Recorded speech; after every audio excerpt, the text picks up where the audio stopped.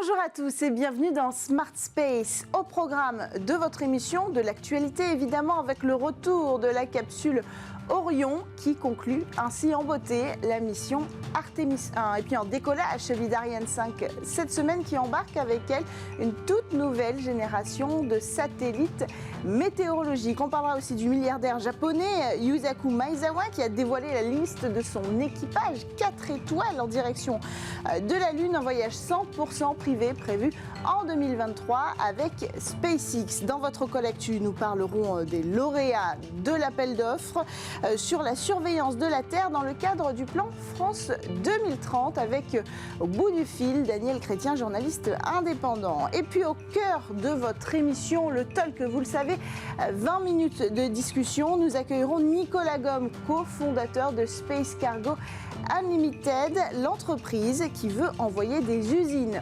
automatisées dans l'espace. Voilà pour le programme. On démarre avec l'actualité sur Bismart.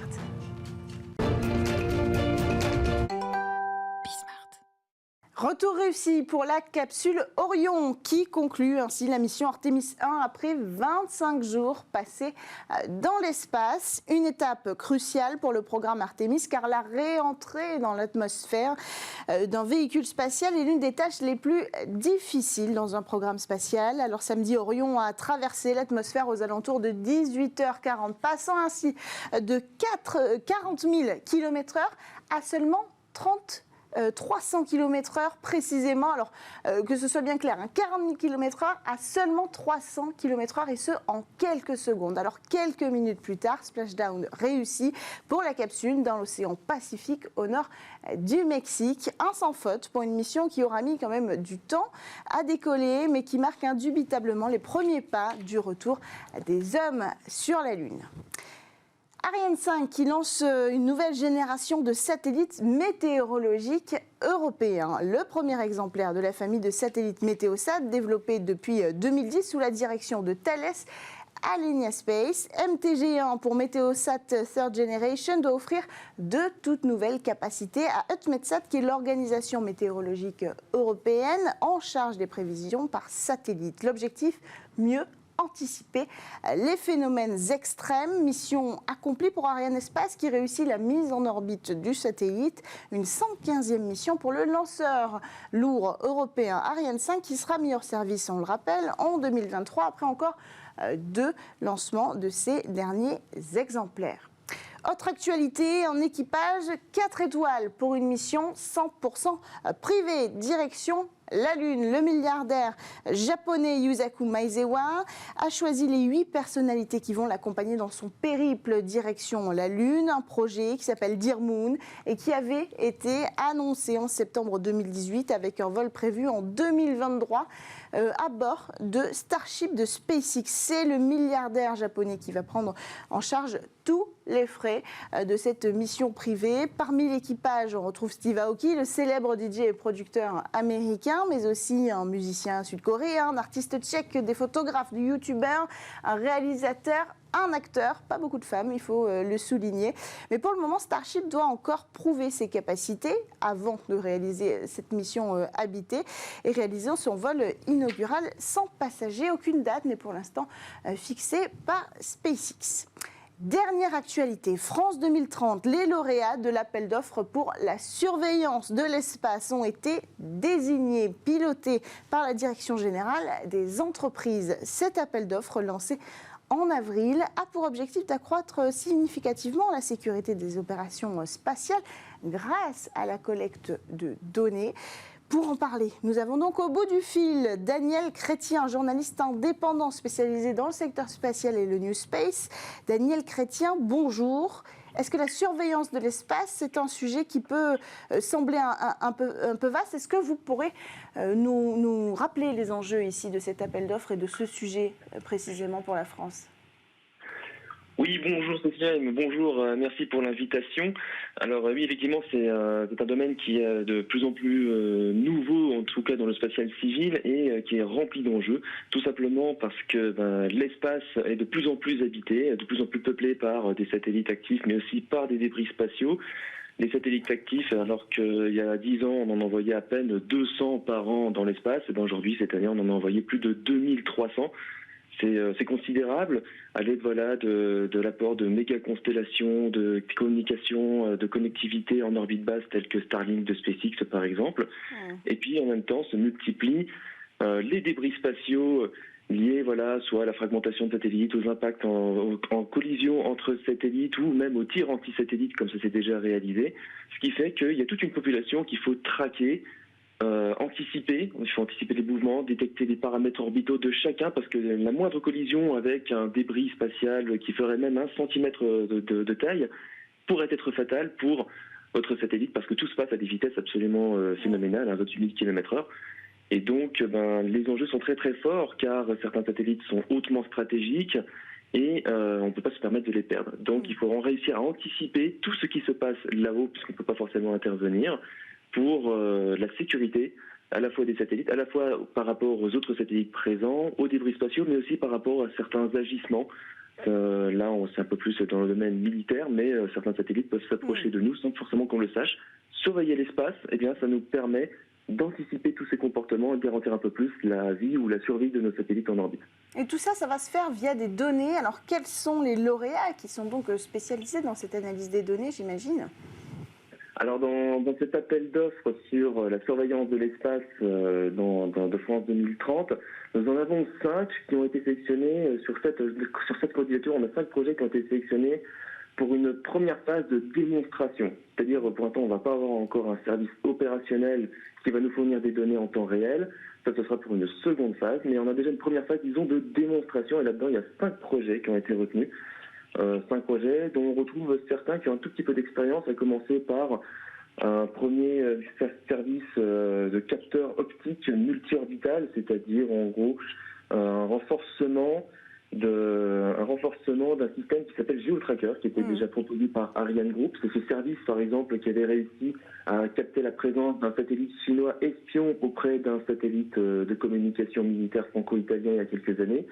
Ce premier lauréat qui regroupe aussi Eutelsat ou d'autres sociétés comme Magellan, Southern ou Safran propose, d'améliorer ce service, notamment pour un peu plus de performance en orbite basse. On trouve aussi des startups, j'imagine.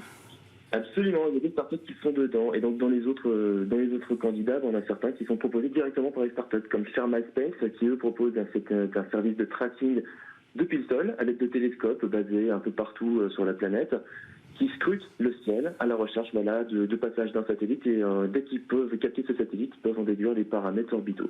Il y en a encore un qui est proposé par Safran, qui propose la détection de satellites à l'aide de la radiofréquence, autrement dit à partir de leur signal radio en orbite basse ou moyenne. Il y a aussi un satellite qui sera placé en orbite géostationnaire. Là, c'est un projet qui est proposé par la start-up U-Space, basée ici à Toulouse, avec l'aide d'Airbus Defence and Space. C'est une petite société qui s'appelle 3D+, qu'on entend un petit peu parler parce que ces caméras sont à bord du rover Rashid qui débarquera sur la Lune dans quelques mois. Et enfin, le dernier lauréat, c'est encore un mix entre de la start-up telle que Infinite Orbit et certains acteurs un peu plus expérimentés tels que Téléspatio ou l'Observatoire de Paris ou l'IRT Saint-Exupéry qui proposent aussi un service de surveillance. On se rend compte quand même de la diversité des acteurs capables de répondre à cet enjeu aujourd'hui en France.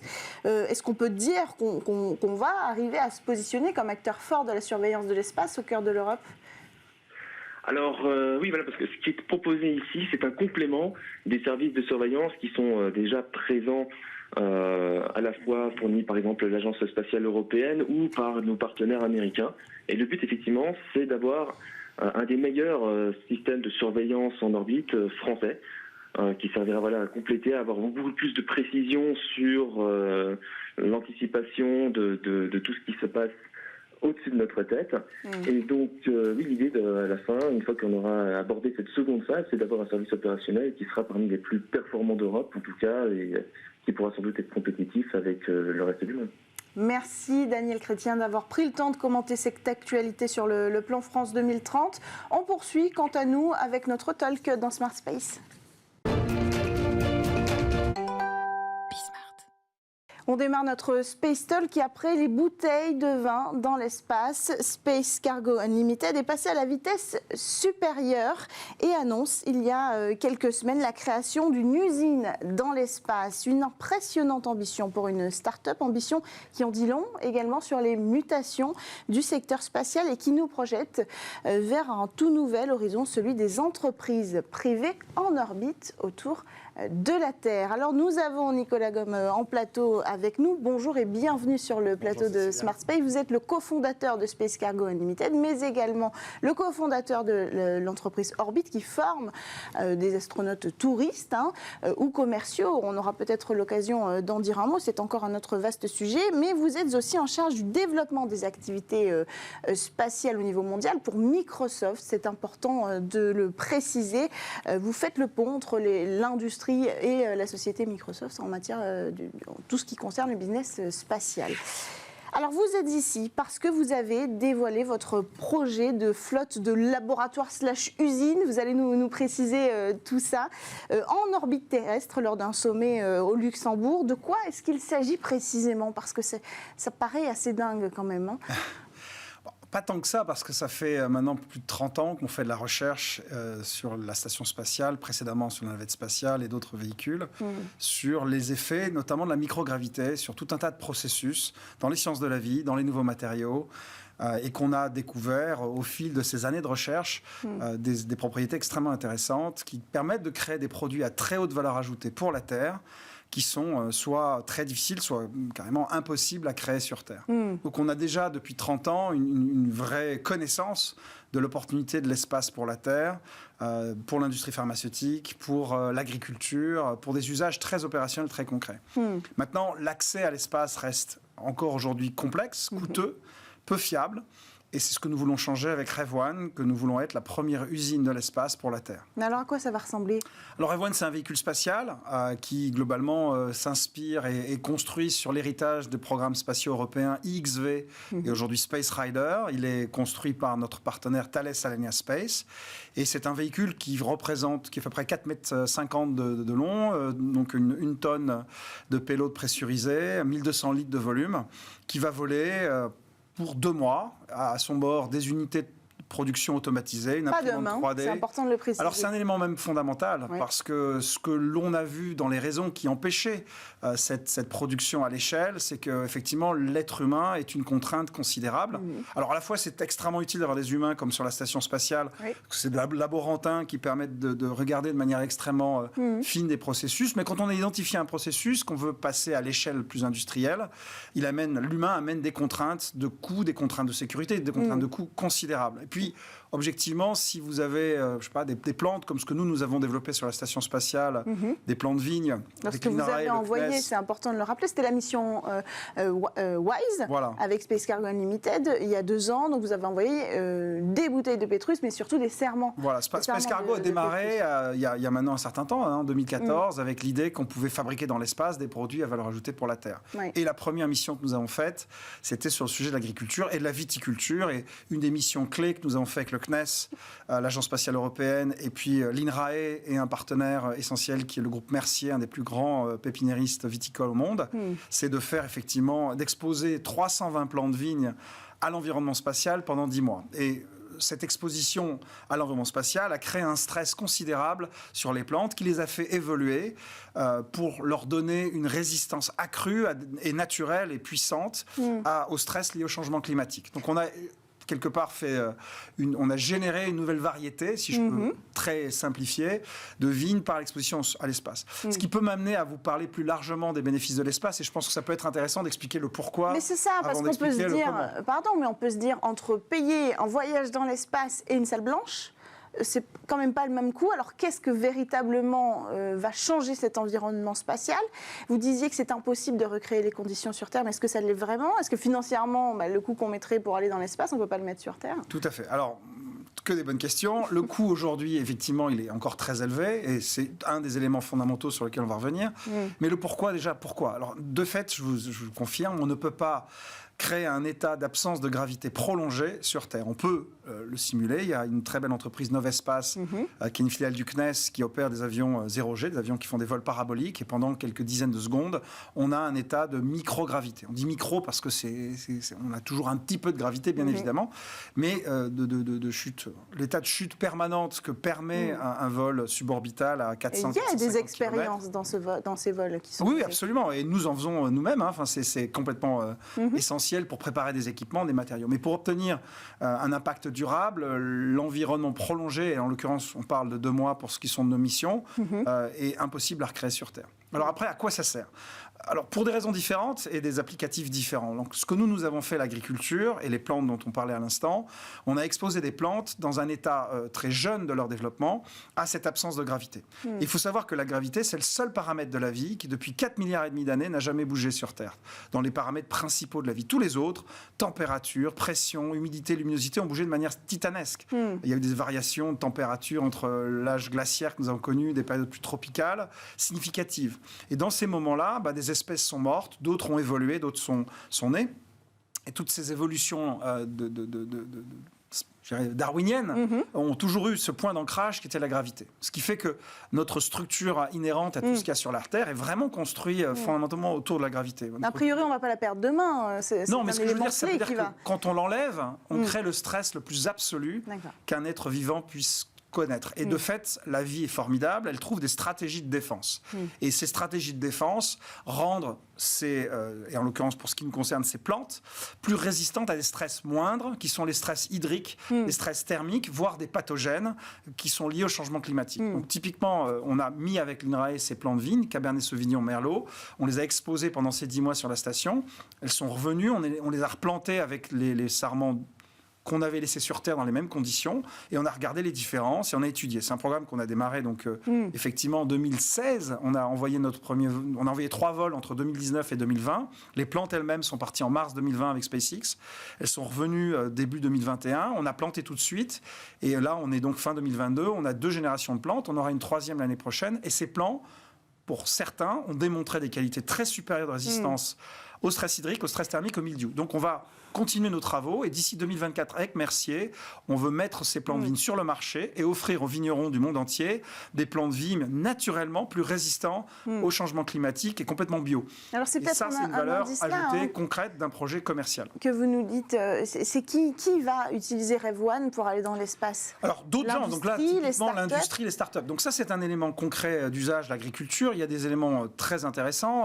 Je vais vous en donner 2 grands. Les matériaux, quand on fait des alliages sur Terre, vous mettez un matériau lourd, un matériau léger, par la gravité, le lourd va en bas, le léger va en haut. Vous n'avez pas un alliage homogène et parfait. Vous faites la même chose dans l'espace, vous avez un bien meilleur alliage. Il y a des matériaux qu'on peut difficilement fabriquer. Il y a une fibre bien connue pour ceux qui s'intéressent au sujet, qui s'appelle Ziblan, qui est à base de fluor, qui sur certaines fréquences est beaucoup plus conductrice que d'autres fibres, et on peut très difficilement la fabriquer sur Terre. On peut la fabriquer très bien dans l'espace. Dans la microélectronique, plus on va aller vers de l'électronique de précision, on a besoin de salles blanches parfaites. L'espace peut permettre d'avoir des salles blanches parfaites naturellement. Le problème, c'est qu'on ne pourra pas faire une chaîne de production dans l'espace. Alors, on peut faire des choses. Vous savez, une unité de production, la fibre dont je parlais, elle fait ces dimensions-là, et elle peut faire des dizaines de mètres de fibres, des fibres qui valent des centaines de milliers d'euros Donc, ce serait rentable d'aller produire dans l'espace. Oui, on ne regarderait pas ça si ce n'était pas à produire. Bon, les plantes, on a envoyé 320 plantes. Aujourd'hui, on a 4000 plantes dans les serres de l'INRAE. Ça multiplie par 100 à chaque cycle. On en aura des dizaines de milliers, et ces plants-là, on les vendra, et on n'aurait pas pu créer cette évolution et cette variété sans avoir eu l'exposition spatiale. Dans le domaine des sciences de la vie, dans le domaine de l'industrie pharmaceutique, il y a des choses absolument incroyables. Les cellules souches se développent 10 fois plus vite, et on a énormément d'opportunités. En fait, dans tout ce qui touche les changements d'état, quand on passe au liquide, au gazeux, du gazeux au solide, il y a des possibilités de faire des choses qu'on ne peut très difficilement faire sur Terre. Aussi des exemples concrets, c'est la cristallisation de protéines qui permet d'avoir des protéines plus faciles à comprendre pour développer des médicaments de nouvelle génération. Mais est-ce que ces cibles-là, elles doivent nécessairement avoir un budget pour aller dans l'espace ? Parce que là, encore, on parle d'un coût conséquent. Vous parliez de SpaceX tout à l'heure qui vous a amené dans l'ISS. Qui vous amènera en orbite ? Qui amènera un Rev One en orbite ? Est-ce que vous le savez déjà ? Donc aujourd'hui, notre objectif avec Rev One, c'est effectivement faire en sorte que ça soit une unité de production qui soit à un coût très accessible. C'est même notre obsession première. Donc le véhicule lui-même on est assez malin, on réutilise encore une fois un programme tiré par l'Agence spatiale européenne et l'Agence spatiale italienne qui s'appelle XV Space Rider. Ça nous permet de ne pas engager des coûts considérables pour développer des technologies clés. Et ça, c'est tout le mérite. On va à Thales Alenia Space, notre partenaire de fabrication, avec toute son intelligence et son talent. Nous, on est très centré sur l'aménagement intérieur, sur tout ce qui va être l'infrastructure de fabrication. Oui. Ça fait, nous, en tant qu'entreprise, ça fait 7 ans qu'on développe ce savoir-faire. Notre équipe sont des anciens, notamment d'Airbus Defence and Space, qui faisaient ça pendant les 15 années qui ont précédé. Donc, on a 20 ans d'expérience dans le domaine. Et on a aujourd'hui une relative sérénité sur le fait que notre outil est vraiment pensé pour permettre de fabriquer cette variété d'opportunités. Après, le coût de lancement est un coût effectivement significatif. Et de fait, on a aujourd'hui des options qui n'existaient pas encore et qui n'existent même pas encore aujourd'hui, qui existeront fin 2025-2026 pour abaisser le coût de lancement et arriver à un coût pour les Sanofi, les entreprises pharmaceutiques. Alors, je dis de Sanofi, on ne leur parle pas, mais qui en aimerait parler, par exemple. Bien sûr. On parle avec mais ça, c'est des gens qui ont les moyens. Ça veut dire qu'on sera plutôt dans l'industrie pour commencer et les startups plus tard. Alors, il y a différentes raisons qui font que l'industrie pharmaceutique a externalisé beaucoup de sa R&D à des biotech. Donc, on travaille aujourd'hui surtout avec des biotech, avec des biotech spécialisées. On a énormément d'opportunités qui se développent. En fait, on crée une plateforme. C'est-à-dire qu'à partir du moment où on garde un focus sur la fabrication, aussi le test dans l'espace, qu'on baisse les coûts d'accès, des usages prospèrent. On a par exemple aujourd'hui énormément on a des clients dans le domaine de l'IoD, IOV, dans les tests d'équipement. Il y a 20-25% des satellites qui peuvent créer des pannes dans l'espace. Les tester dans l'espace, les faire revenir, permet de valider un certain nombre de choses essentielles pour des programmes qui peuvent dépendre de composants clés. Donc on a des industriels qui viennent nous voir aujourd'hui pour tester des équipements dans des programmes plus larges. Donc on a une variété de clients et de variété d'opportunités. Tout ça va aussi dépendre, et c'est en ça que peut-être vous êtes optimiste dans votre approche économique, des acteurs qui vous donneront accès à l'espace. Aujourd'hui, on n'en a pas beaucoup, des lanceurs. Donc on a SpaceX, Rocket Lab, on n'a pas beaucoup de lanceurs légers. Vous avez besoin de quelle charge utile déjà pour envoyer Rêve One ? Nous, on est un peu plus de 2,5 tonnes. Donc effectivement, c'est une catégorie qui est plus lourde que la plupart des lanceurs qui s'adressent à des nanosats et des charges plus de centaines de kilos. Mais un certain nombre de ces acteurs-là ont l'ambition de développer des gammes de lanceurs qui peuvent accommoder notre taille. On discute avec la plupart d'entre eux. Et aujourd'hui, je vous assure qu'on a des solutions de lancement. Alors, il y a des acteurs institutionnels comme Arianespace, Avio, avec lequel Avio est un lanceur évident pour nous parce qu'il a lancé XV, il lance Space Rider et particulièrement Vega C. Voilà, il a un certain coût, mais c'est des gens fiables et robustes. Donc, on a évidemment des discussions avec eux, mais on a des discussions avec des acteurs nouveaux qui promettent, avec lesquels on a des perspectives de coûts de lancement bien inférieurs. C'est intéressant le modèle que vous avez choisi avec Thales Alenia Space, c'est-à-dire qu'ils sont constructeurs. Vous êtes du côté de la commercialisation, de la conception à l'intérieur de cette expertise qui va fonctionner, cette technologie qui va séduire vos clients. Il y a aussi un rapport comme dans l'aéronautique avec les compagnies aériennes et les constructeurs aériens. Ça, c'est un nouveau modèle que vous apportez au secteur spatial. Tout à fait. Alors, on est plus dans un modèle, je ne sais pas, Renault, Valeo. Enfin, en leçon, on est fabless et on a effectivement concentré nos équipes d'ingénierie sur les payloads, la fabrication, les processus qui vont être ceux qui intéresseront les industriels, les laboratoires de recherche, les biotech et autres avec lesquels on travaillera. Néanmoins, on est architecte du programme puisque, au final, on est responsable des coûts qu'on va opérer et c'est un véhicule qui nous appartient. Mais de fait, l'alliance avec Thales est une alliance extrêmement critique et je crois, intéressante pour Thales qui développe une agilité et la capacité de servir des acteurs commerciaux. Nous ne sommes pas les premiers. Thales Alenia Space travaille avec Axiom sur des modules de leur station spatiale privée et a historiquement toujours été en appétit de contrats complémentaires à leurs grandes commandes institutionnelles. Donc, on trouve des gens remarquables avec qui on travaille énormément. Quant à nous, effectivement, on veut amener un mode de collaboration avec des acteurs comme ceux-ci, beaucoup plus dans la performance, en alignant finalement ce qu'on fabrique avec le coût d'exploitation, la performance, c'est-à-dire la durée. Et de fait, nous avons dans l'ambition de créer un véritable garage avec Thales qui va nous permettre de remettre en forme notre véhicule après chaque vol, de prolonger sa vie et d'aligner finalement la performance avec les coûts d'exploitation. Et de fait, c'est effectivement le modèle de l'aviation. Quand un fabricant de moteurs travaille avec une compagnie aérienne et un constructeur comme Airbus, il a un intérêt à faire en sorte que l'usure des pièces, du matériel soit performant. Et donc, il y a un alignement avec des contrats et des accords commerciaux qui reflètent ça. Et c'est vrai que ça n'existe qu'assez peu dans l'espace et on va innover dans ce domaine. Alors, on peut parler un peu de chiffres quand même. On parlait de cet optimisme, cette projection vers un nouvel horizon qui serait d'envoyer des sociétés privées dans l'espace. La banque Morgan Stanley, elle estime que la fabrication dans l'espace représentera un marché de 10 milliards de dollars d'ici 2040. Et alors, j'ai lu quelque part que vous pensiez que ce serait plus et plus tôt, c'est-à-dire le double d'ici 2035. Qu'est-ce qui vous rend si optimiste? Quels sont les jalons qu'on va franchir et qui, pour vous, nous permettront d'obtenir 80 milliards de marché d'ici 2035? Pas dit 80 milliards, c'est un peu proche des 25-30. Néanmoins, c'est un marché significatif. Oui, pardon, alors, bien sûr, 25 milliards. Mais en toute sincérité, c'est une question d'opportunité. C'est-à-dire que je viens du numérique, je fais un certain nombre de start-up dans différents domaines. J'ai toujours été fasciné par l'économie des plateformes. Un exemple qui va sans doute parler à tout le monde, les applications pour mobile. Aujourd'hui, les applications pour mobile, c'est un marché de centaines de milliards d'euros. Avant qu'il y ait un iPhone et puis que Google, il y avait des téléphones. Il y avait Sony Ericsson, il y avait Nokia et il y avait des applications. Mais c'est vraiment parce que Apple, en premier, a créé une plateforme accessible, des coûts de distribution qui permettent de toucher des milliers, des dizaines de milliers, des centaines de milliers, des millions d'utilisateurs de manière très simple, qu'a pu prospérer une économie de l'usage. Donc, clairement, notre infrastructure, elle aura l'opportunité de générer des opportunités parmi ceux qui travaillent déjà sur des programmes de recherche confirmés, qui bénéficient de l'espace et qui vont pouvoir libérer de nouveaux produits. Comme je l'ai dit, ça fait 30 ans qu'on a aujourd'hui documenté dans les sciences de la vie, dans les nouveaux matériaux, dans l'agriculture, tout un tas d'opportunités. Ça reste compliqué, difficile, cher, pas fiable non plus aussi.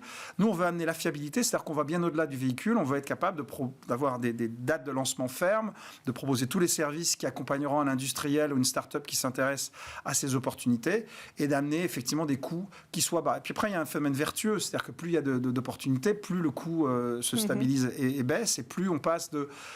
Vous savez, c'est le rocher de Sisyphe aujourd'hui. On a des choses et on retombe et on passe dans l'effet boule de neige avec la boule qui grossit en tombant dans la... Vous n'avez pas peur qu'au bout d'un moment, ce ne soit plus l'objectif de l'industrie d'aller dans l'espace? Moi, l'espace est un moyen. Donc, aller dans l'espace pour les industries de la pharmacie, les nouveaux matériaux, ça devrait être rien d'autre que faire un choix opérationnel. Et clairement, c'est l'environnement spatial et ses spécificités qu'on ne peut pas recréer sur Terre qui est intéressant. Mais je pense qu'on peut vraiment être à l'aube d'une nouvelle révolution industrielle dans certains secteurs de marché. Et je crois que ça sera quelque chose qui sera une évidence dans quelques années de cela. Quand est-ce qu'on attend le lancement de Rêve One? Donc on est prévu aujourd'hui fin 2025. Un élément clé, c'est pas tant notre planning de production pour le véhicule, mais les dates de lancement. Donc c'est en discussion avec les lanceurs. On annoncera l'année prochaine les lanceurs que nous avons sélectionnés et on a de très bonnes conversations en ce moment pour fin 2025, comme je vous le disais. Merci beaucoup Nicolas Gaume d'avoir pris le temps de venir sur le plateau de Smart Space. Merci à tous de nous avoir suivis. C'était la dernière émission pour l'année 2022. On se retrouve dès janvier pour de nouvelles émissions avec les acteurs de l'actualité du secteur spatial. On souhaite aussi, avant de terminer, bon vent à notre productrice Joséphine Dacoury. Merci d'avoir accompagné cette émission avec toujours, si on peut le dire, des étoiles dans les yeux. Merci à tous de nous avoir suivis. On se retrouve très vite et passez bonne fête sur Bismart.